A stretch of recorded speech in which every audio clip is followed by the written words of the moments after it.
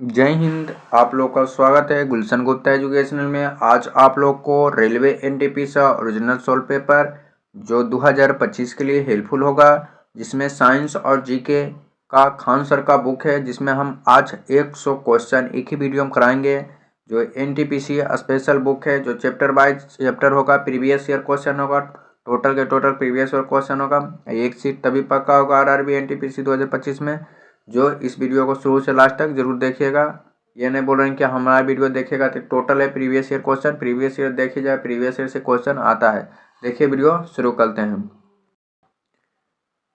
जिसमें आज चैप्टर 1 है। क्या है? पाषाण काल। चैप्टर 1 का नाम क्या? पाषाण काल है। इसके अंतर्गत हम वीडियो को देखते हैं।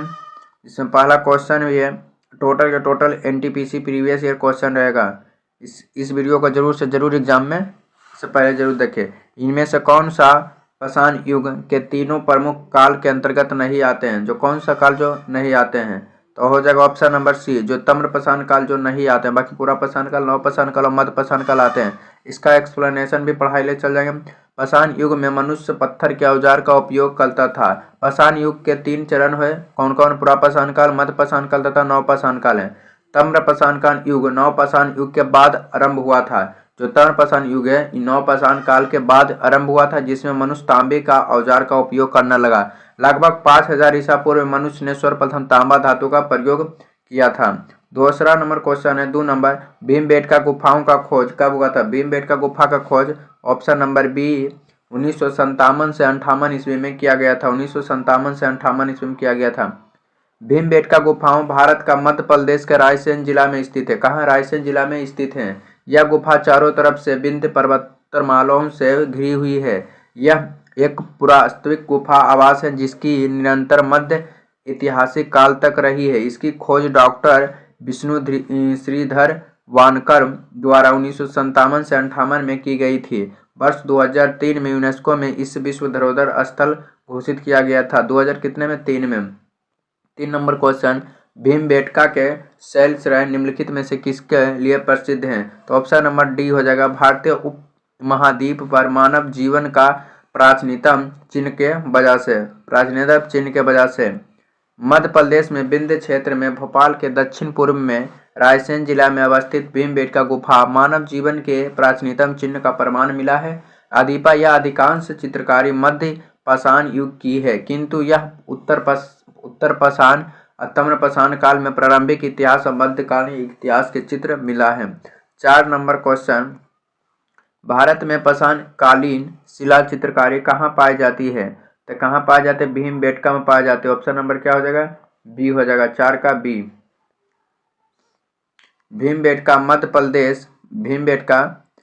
प्रदेश प्रांत के रायसेन जिला में स्थित है। यह एक पुरातात्विक आवासीय पुरास्थल है, जहाँ पर पाषाण कालीन शिला चित्रकारी पाई जाती है।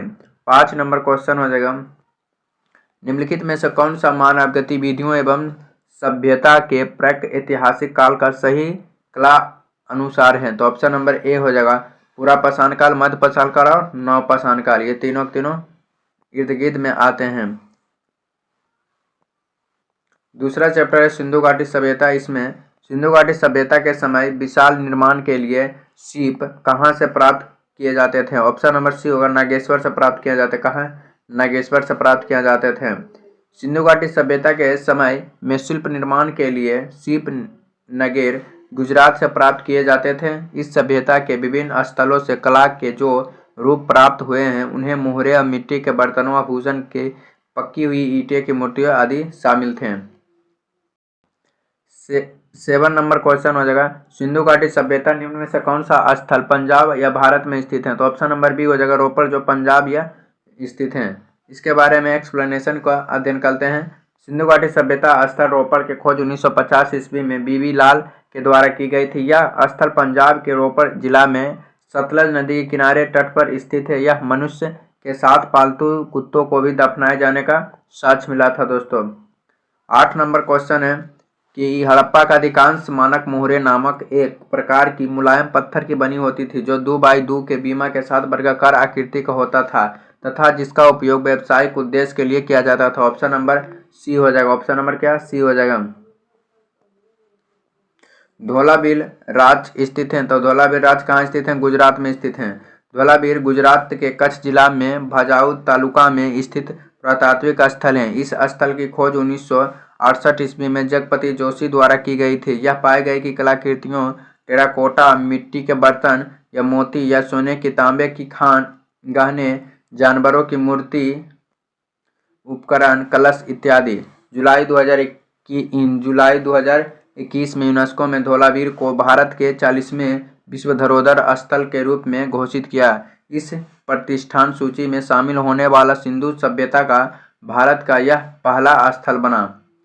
10 नंबर क्वेश्चन हो जाएगा, धोलावीर एक पुरातात्विक स्थान है, किसे समय अवधि से जुड़ी हुई है? तो 10 का हो जाएगा ऑप्शन नंबर सी, सिंधु घाटी सभ्यता। सिंधु घाटी सभ्यता। 11 नंबर, मोहनजोदड़ो में पाए गए विशाल स्नानघर एक विशाल था, तो ऑप्शन नंबर डी होगा, एक आयताकार टैंक था। मोहनजोदड़ो में पाया जाने वाला विशाल एवं विशाल आयताकार टैंक था। मोहनजोदड़ो सिंधु घाटी सभ्यता का सबसे बड़ा स्थल है। इसकी खोज लखनदास बनर्जी 1922 ईस्वी में किया गया था। यहाँ से एक सील में 3 मुख वाले देवता या पशुपति की मूर्ति मिले थे। अगला नंबर क्वेश्चन हो जाएगा 12 नंबर, वर्ष 1920 से 21 के आसपास किस नदी के किनारे खुदाई के दौरान हड़प्पा शहर मिला था? तो ऑप्शन नंबर डी होगा, रावी नदी के किनारे। हड़प्पा शहर सिंधु सभ्यता का एक शहर है जो पाकिस्तान के माउंट गोमनी जिला में रावी नदी के तट पर वर्ष 1920 से 21 में दौरान मिला। इसके उत्खनन दयाराम साहनी और माधव स्वरूप वत्स से थे दोस्तों। 13 नंबर क्वेश्चन हो जाएगा, 13 नंबर, सिंधु घाटी सभ्यता का किस शहर का शाब्दिक अर्थ मृतकों का टीला होता है? तो ऑप्शन नंबर बी हो जाएगा, मोहनजोदड़ो का मृतकों का टीला होता है। मोहनजोदड़ो का सिंधी भाषा में अर्थ है जो मृतकों का टीला है। यह दुनिया का सबसे पुराना, नियोजित और उत्कृष्ट शहर माना जाता है। यह सिंधु घाटी सभ्यता का सबसे बड़ा परिपक्व शहर है जो सिंधु नदी के दाएं किनारे लड़कान जिला में स्थित है। इसकी खोज लखनदास बनर्जी 1922 ईस्वी में किए गए थे। 14 नंबर क्वेश्चन हो जाएगा, मोहनजोदड़ो शब्द का अर्थ क्या है? ऑप्शन नंबर सी हो जाएगा, मृतकों का क्या है? टीला है मोहनजोदड़ो शब्द। मोहनजोदड़ो कहाँ स्थित है? तो ऑप्शन नंबर हो जाएगा, कहाँ स्थित है? सिंध में स्थित है। ऑप्शन नंबर 15 के डी। मोहनजोदड़ो सिंध भाषा में अर्थ है जो मृतकों का टीला होता है। यह सिंध पाकिस्तान के लड़कान जिला में सिंध नदी के तट पर स्थित है। इसका खोज 1922 ईस्वी में लखनदास बनर्जी ने किया था। इसके शासन व्यवस्था राजतंत्रात्मक न होकर जनतंत्रात्मक होते थे। 16 नंबर क्वेश्चन हो जाएगा, हड़प्पा सभ्यता का कौन सा शहर जो विशेष रूप से मणक बनाने, सीप काटना, धातु का वस्तु बनाना, मुहरे बनाना, तराजू का निर्माण करना आदि कार्यों को सहित शिल्प उत्पादन के लिए संप्रमित था? तो ऑप्शन नंबर डी हो जाएगा, चंदूहोदड़ो हो जाएगा। क्या हो जाएगा? चंदूहोदड़ो। मोहनजोदड़ो से 80 मील दक्षिण में स्थित चंदूहोदड़ो की खोज सर्वप्रथम 1931 ईस्वी में एम.जी. मजूमदार ने की थी। यह सैंधव संस्कृति का अतिरिक्त हड़प्पा संस्कृति जिसे छूकर एवं झाकर संस्कृति का अवशेष मिला है। यहाँ के निवासी कुशल कारीगर थे। इसका निर्माण इस बात से मिलता है कि इन मणक या सीप मुहर मुद्रा बनाने का प्रमुख केंद्र था। यह एकमात्र स्थल जहाँ से वर्गाकार ईंटों मिला था। 17 नंबर क्वेश्चन हो जाएगा, सिंधु घाटी सभ्यता निम्न में से किस स्थल को सबसे पहले खोजा गया था? तो सिंधु घाटी सभ्यता सबसे पहले क्या खोजा गया था? तो ऑप्शन नंबर ए बी हो जाएगा, हड़प्पा खोजा गया था। Option number B, Harappa. Sindhu घाटी सभ्यता का स्थल का हड़प्पा का उत्खनन 1921 में दयाराम साहनी के द्वारा किया गया था। इसी प्रकार इस सभ्यता का नाम हड़प्पा रखा गया तथा यह सभ्यता सिंधु नदी के तट पर फैली हुई थी, इसीलिए इसका नाम सिंधु घाटी सभ्यता रखा गया। 1922 में लखनदास बनर्जी ने भी मोहनजोदड़ो का खोज किया था। 18 नंबर क्वेश्चन, पत्थर की बनी नृत्य करते हुए पुरुष की मूर्ति नटराज किस स्थान से प्राप्त हुई थी? तो ऑप्शन नंबर सी, हड़प्पा से प्राप्त हुई थी।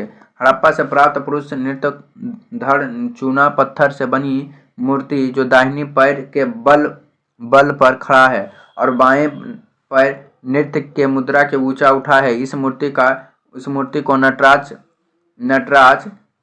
के आदि के रूप में द्योतक माना जाता है। इसकी ऊंचाई 7 से 8 इंच होती थी। इसकी ऊंचाई कितना? 7 से 8। 19 नंबर क्वेश्चन, कौन सा हड़प्पा स्थल जो गुजरात में पाए जाते हैं? तो ऑप्शन नंबर सी धोलावीर में। हड़प्पा यूनिस नगर धोलावीर को संयुक्त राष्ट्र शैक्षिक वैज्ञानिक और सांस्कृतिक संगठन ने विश्व धरोहर की सूची में शामिल कर लिया। यह गुजरात के रन ऑफ कच्छ में खादिर बेट द्वीप पर स्थित है। 20 नंबर क्वेश्चन हो जाएगा, निम्नलिखित में से कौन सा स्थल सिंधु घाटी सभ्यता का हिस्सा नहीं है? तो ऑप्शन नंबर डी हो जाएगा उरुक, जो नहीं है। बाकी सिंधु घाटी सभ्यता का स्थल है मोहनजोदड़ो भी, हड़प्पा भी और धोलावीर है। 21 नंबर क्वेश्चन हो जाएगा, सिंधु सभ्यता के इनमें से किन स्थलों में जलाशय के साक्ष्य मिला है? तो ऑप्शन नंबर बी जलाशय के स्थल कहाँ मिला? तो धोलावीर में। धोलावीर कहाँ पड़ता है? गुजरात में पड़ता है। कहाँ? गुजरात में। 22 नंबर क्वेश्चन, पुरातात्विक स्थल सुरकोटदा किस राज्य में स्थित है? तो सुरकोटदा किस राज्य में है दोस्तों? तो ऑप्शन नंबर हो जाएगा 22 का डी हो जाएगा। सुरकोटदा कहाँ? गुजरात में। सुरकोटदा या सुरकोटा गुजरात के कच्छ जिला में स्थित है। इस स्थल से हड़प्पा स्थल के विस्तार का प्रमाण मिला, जो 1996 ईस्वी में इसके खोज जगपति जोशी ने किया था। अब देखिए सिंधु घाटी सभ्यता का स्थल है इसका राज्य धोलावीर, लोथल, रंगपुर, सुरकोटदा कहाँ है? गुजरात में। कहाँ? गुजरात में। आलमगीरपुर कहाँ है? उत्तर प्रदेश में। आलमगीरपुर उत्तर प्रदेश। कलिंगबंग राजस्थान। मंड जम्मू कश्मीर। मंड कहाँ? जम्मू कश्मीर। दैमाबाद महाराष्ट्र। दैमाबाद महाराष्ट्र। रोपड़ पंजाब। रोपड़ कहाँ है? पंजाब। 23 नंबर क्वेश्चन, 1944 ईस्वी में भारतीय पुरातात्विक सर्वेक्षण का महानिदेशक के रूप में किसने पदभार संभाला और संस्कृत की खुदाई के जिम्मा लिया? तो ऑप्शन नंबर डी रेम ने लिया था दोस्तों, रेम ने लिया था। 24 नंबर क्वेश्चन हो जाएगा, प्रसिद्ध सिंधु घाटी स्थल जो मोहनजोदाड़ो की पहली बार खुदाई किस प्रख्यात भारतीय पुरातात्विक के द्वारा किया गया था? तो option number C R D. Banerjee के द्वारा किया गया था। मोहनजोदड़ो का शाब्दिक अर्थ मृतकों का टीला कहा जाता है। इसका खोज 1922 ईस्वी में कौन किए थे? तो लखनदास बनर्जी ने किया थे दोस्तों। 25 नंबर क्वेश्चन, इस सभ्यता से 2500 BC के आसपास विकास किया गया जाए, आज उन्हें हम क्या कहते हैं? तो ऑप्शन नंबर बी पश्चिम भारत और पाकिस्तान कहते हैं। पश्चिम भारत और पाकिस्तान कहते हैं। सिंधु घाटी सभ्यता का सबसे महत्वपूर्ण विशेषता क्या थी? तो सिंधु घाटी सभ्यता की सबसे प्रमुख विशेषता क्या थी? तो ऑप्शन नंबर हो जाएगा 26 का सी। सिंधु घाटी सभ्यता का सबसे महत्वपूर्ण विशेषता ईंटे से बने भवन थे। यह विश्व का प्राचीन नदी घाटी सभ्यता का प्रमुख है। ईंटा का प्रयोग सभी हड़प्पा वासियों में किया गया था। इसी समय ईंटों का अनिश्चित अनुपात 4:2:1 था। सिंधु घाटी सभ्यता है तो ऑप्शन नंबर कांस्य युग सभ्यता है। कौन सा युग? कांस्य युग सभ्यता। टोटल के total NTPC previous year question पूछा गया है। टोटल के टोटल सिंधु घाटी सभ्यता का कांस्य युग सभ्यता भी कहा जाता है। इस सभ्यता में पहली बार कांसा धातु का प्रयोग किया गया है, जो तांबा और टीना का मिश्रण था। सिंधु सभ्यता के 1400 केंद्र का खोज हो चुका है, जिसमें 925 केंद्र भारत में है। यह सभ्यता सिंधु और उनके सहायक नदियों के आसपास विस्तृत है।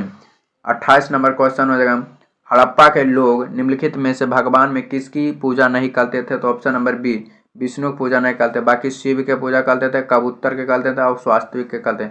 मोहनजोदड़ो की एक मोहर पर स्वास्तिक चिन्ह तथा एक त्रिमुखी पुरुष में सिंहासन पर योग मुद्रा में बैठे दिखाया गया है, जिसे शिव का आदि के रूप में माना जाता है। इसके दाहिने तरफ हाथी एवं बाघ तथा बाएं तरफ गेंडा और भैंस का अंकन था। हड़प्पा सभ्यता के लोग धरती को उर्वरता की देवी मानकर इसकी पूजा करते थे, जिसे पशु पक्षी जल वृक्ष सर्प आदि की पूजा भी हड़प्पा सभ्यता के लोग करते थे। हड़प्पा सभ्यता के लोग भगवान विष्णु की पूजा नहीं करते थे। क्वेश्चन नंबर 29, किस वर्ष में जर्मनी और इटली के पुरातात्विक का एक दल ने मोहनजोदड़ो में सतह अन्वेषण शुरू कर दिया था? तो ऑप्शन नंबर सी हो जाएगा 1980 में। वर्ष 1980 में जर्मन और इटली के पुरातात्विक का संयुक्त टीम ने मोहनजोदड़ो में सतह अन्वेषण को प्रारंभ किया था। वर्ष 1986 ईस्वी में अमेरिका दल द्वारा हड़प्पा में उत्खनन प्रारंभ किया। 1990 में आर.एस. ब्रिस्ट ने धोलावीर में उत्थान प्रारंभ कर दिया दोस्तों। पेज अगला नंबर क्वेश्चन 30 नंबर क्वेश्चन है, हड़प्पा सभ्यता की मुहरे पर निम्नलिखित में से कौन सा पशु अक्सर देखे जाते थे? ऑप्शन नंबर बैल देखे जाते थे। कौन भगवान? बैल देखे जाते थे। निम्नलिखित में से कौन सा हड़प्पा स्थल शिल्प कलाओं का उत्थान से संबंधित नहीं है? कौन सा नहीं है? तो ऑप्शन नंबर हो जाएगा बी हो जाएगा। ऑप्शन नंबर क्या हो जाएगा? बी। जम्मू कश्मीर के चिनाब नदी के दाएं तट पर स्थित सिंधु घाटी सभ्यता का मंड शिल्प बस कलाओं का उत्पादन से संबंधित नहीं है। बाकी जबकि बालकोट से बहुमत से सीप की बनी चूड़ियों के टुकड़े प्राप्त हुए थे। चंदू से बरकार ईटा प्राप्त हुए थे। नागेश्वर से शंख मिले थे। अब देखिए तीसरा, इसमें तीसरा चैप्टर है वैदिक काल। हम तो एक वीडियो में 100 क्वेश्चन कहे थे दोस्तों, 100 क्वेश्चन करवाएंगे। ऋग्वेद में 1028 सूक्त हैं जिन्हें 10 पुस्तकों में वर्गीकृत किया गया है। जिन्हें नाम से जाना जाता है। तो ऑप्शन नंबर ए मंडल के नाम से जाना जाता है। क्या? मंडल के नाम से। ऋग्वेद में 1028 सूक्त हैं जिन्हें हम 10 पुस्तकों में वर्णित किया गया है, जिन्हें हम मंडल के नाम से भी जाना जाता है। सबसे पुराना वेद कौन सा है? तो ऑप्शन नंबर डी हो जाएगा ऋग्वेद। वेद की संख्या 4 होते हैं। अब इसके बारे में ऋचाओं के क्रमबद्ध ज्ञान के संग्रह को ऋग्वेद कहते हैं। इसमें सबसे पुराना वेद है। इसमें 10 मंडल, 1028 सूक्त और 10,400 वर्ष ऋचाएँ हैं। हालिका ऋचाओं की संख्या के बारे में विद्वान ने मतभेद की। इसे ऋचाओं को पढ़ने वालों को पुरोहित या होत्र कहते हैं। विश्वामित्र द्वारा रचित ऋग्वेद के तीसरे मंडल में सूर्य देवता सवित्री को समर्पित प्रसिद्ध गायत्री मंत्र हैं, जो 9वें मंडल का सोम देवता का उल्लेख है। वेद का इनमें से कौन सा अंग जटिल भाषाओं के अर्थ एवं व्याख्या के लिए प्रसिद्ध है? तो ऑप्शन नंबर निरुक्तम है दोस्तों। वेदों के अंग को वेदांग कहते हैं। वेदांगों की संख्या 6 होते हैं। शिक्षा, व्याकरण, निरुक्तम, छंद, ज्योतिष, कल्प। शिक्षा, व्याकरण, निरुक्तम, छंद, ज्योतिष, कल्प प्रसिद्ध हैं, जो कठिन भाषा व्याकरण के पहुंचे से बाहर हुए थे। इनके अर्थ के जानने के लिए निरुक्तम की रचना की। निरुक्तम के रचयिता यस्क हैं। यस्क मुनि के निरुक्तम को व्याकरण का पूरक माना जाता है। अगला नंबर क्वेश्चन 35 नंबर, भारत के राष्ट्रीय आदर्श वाक्य सत्य में जयती अर्थात सत्य ही हमेशा विजय होती है किस प्राचीन भारतीय शास्त्र से उत्थान है? ऑप्शन नंबर बी मुंडकोपनिषद से लिया गया है। यह भी आरआरबी एनटीपीसी 2016 और 21 में पूछा गया क्वेश्चन है। भारत के राष्ट्रीय आदर्श वाक्य सत्य में जयती हमेशा ही विजय है, मुंडकोपनिषद से लिया गया। इसका उल्लेख है सम्राट अशोक द्वारा बनाए गए सिंह स्तंभ या सारनाथ में भी है, जिसे हूबहू भारत के राष्ट्रीय प्रतीक में शामिल किया गया था। अगला नंबर क्वेश्चन हो जाएगा 36 नंबर, धनुर्वेद यजुर्वेद का उपवेद है। इसका संबंध इनमें से किससे है? तो ऑप्शन नंबर डी हो जाएगा युद्ध कौशल से है। धनुर्वेद का यजुर्वेद का एक उपवेद, इसके अंतर्गत धनुर्विद्या का सैन्य विज्ञान धनुर्वेद के शास्त्र हैं, जिसमें धनुष चलाने की विद्या के निरूपण किया गया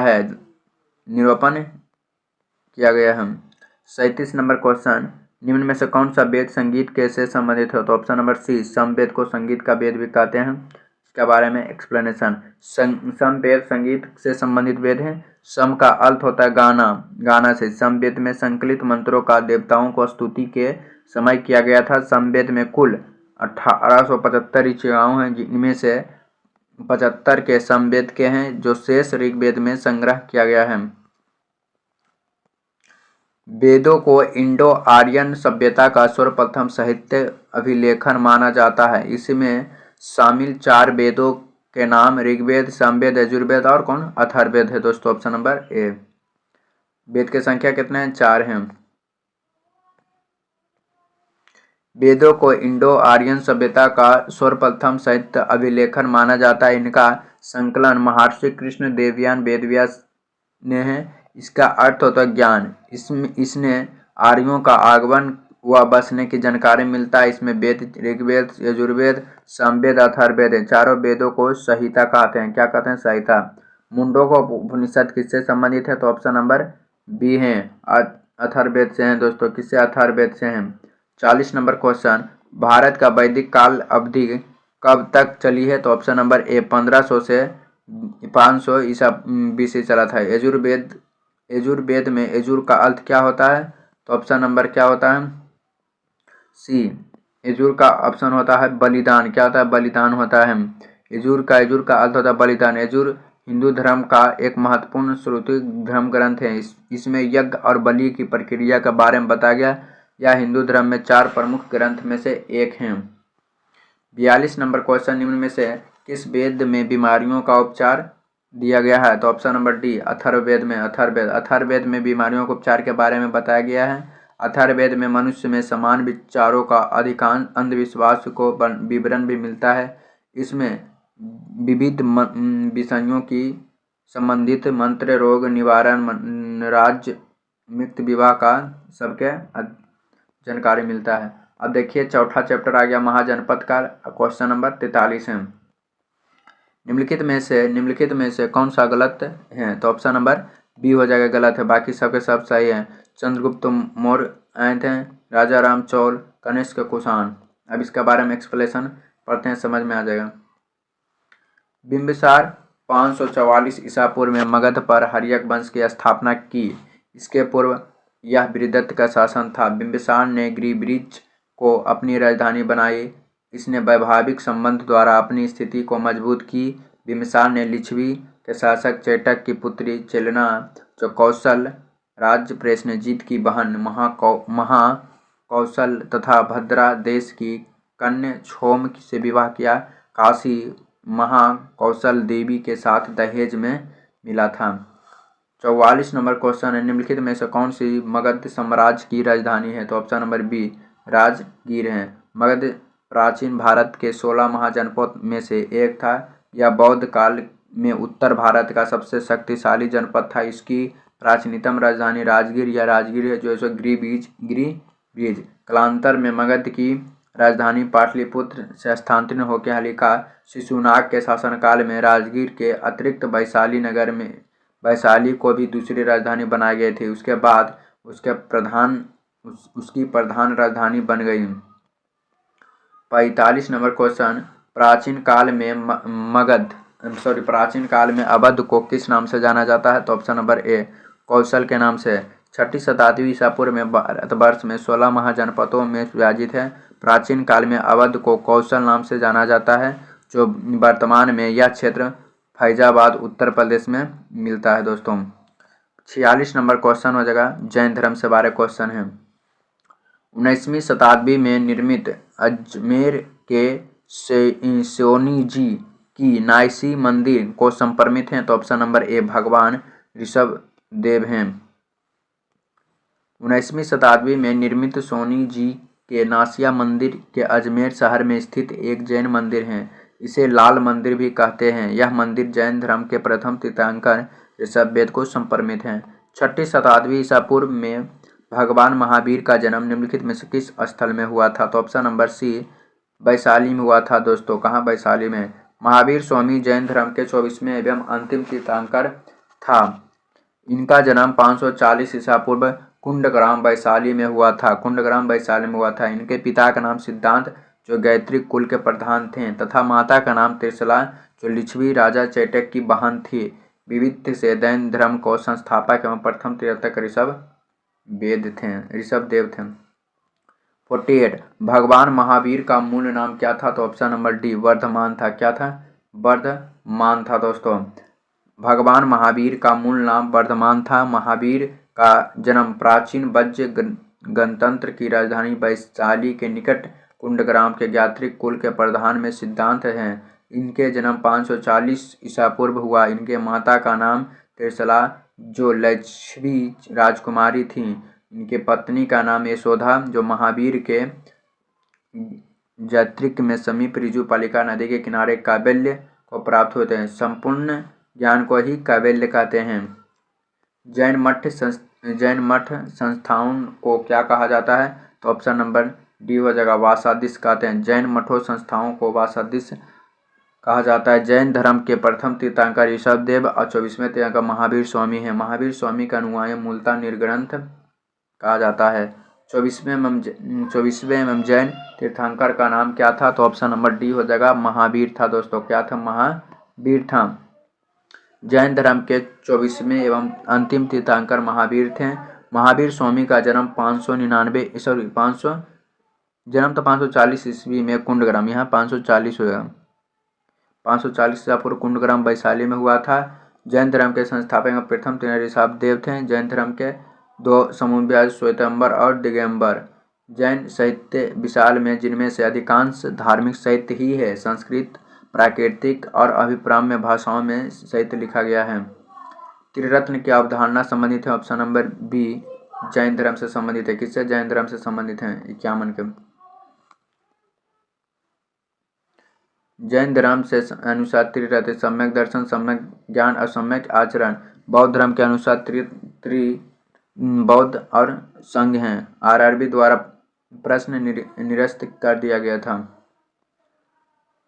निम्नलिखित में से कौन सा अनुसरण किए जाने वाले धर्म एवं पवित्र पुस्तकों की कौन सी जोड़ी असंगत है? तो ऑप्शन नंबर सी हो जाएगा, या असंगत। बाकी सब सही। इस्लाम जो है कुरान से संबंधित है। सिख धर्म गुरु ग्रंथ साहिब से है। ईसाई धर्म बाइबिल से है। बाकी ये जैन धर्म उपनिषद नहीं है। इसके बारे में भी अध्ययन करते हैं। जैन साहित्य के प्राचीनतम भाग को आगम कहा लाते हैं। जैन रचनाकारों में पुराण काव्य, रचित काव्य, कथा काव्य, रस काव्य आदि ग्रंथ हैं। उपनिषद हिंदू धर्म का महत्वपूर्ण स्रोत या धर्म ग्रंथ है, या वैदिक या का अंग है, जो परमेश्वर, ब्रह्मन और आत्मा का स्वभाव और संबंध का बहुत ही दार्शनिक और ज्ञान का पूर्वक वर्णन है। अब देखिए दोस्तों, बौद्ध धर्म, इसमें चैप्टर तो 6 है, लेकिन हम 100 क्वेश्चन में 53 क्वेश्चन जाएंगे। टोटल के total NTPC previous year question है।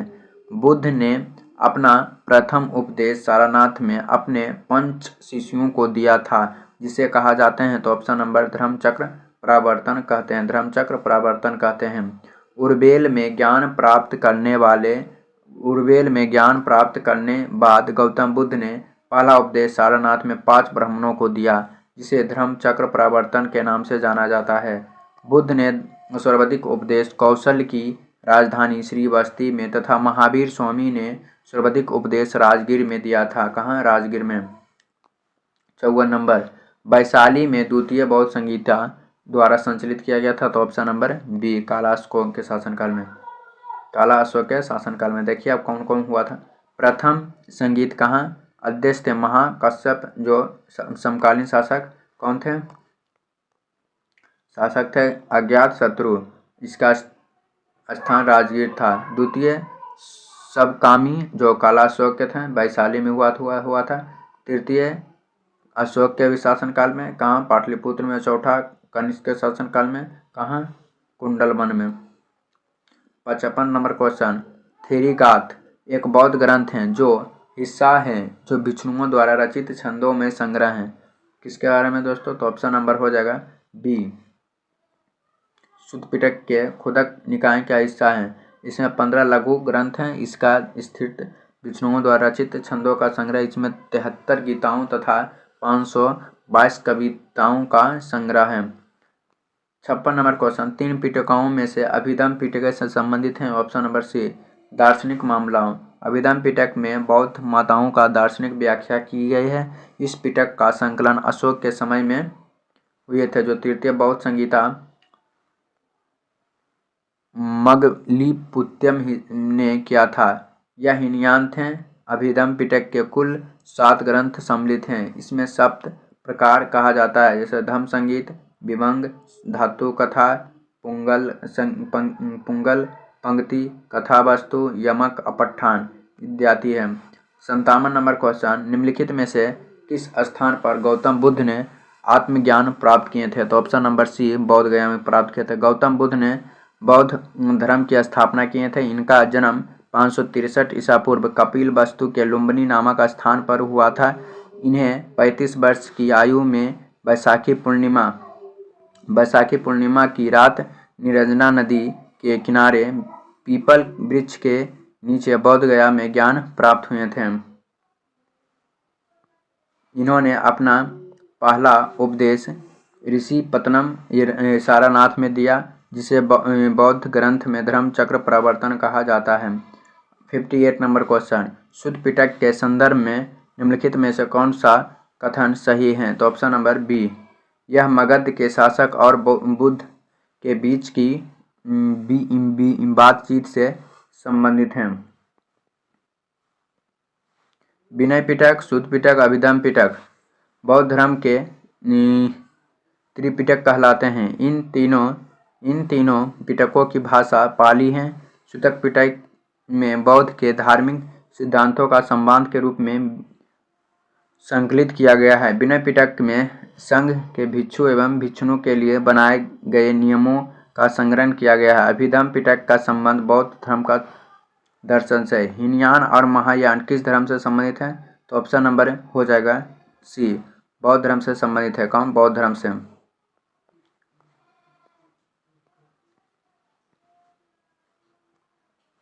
60 नंबर क्वेश्चन, सिंह चतुर्मुख स्तंभ कहाँ स्थित हैं? तो ऑप्शन नंबर सारनाथ में स्थित हैं।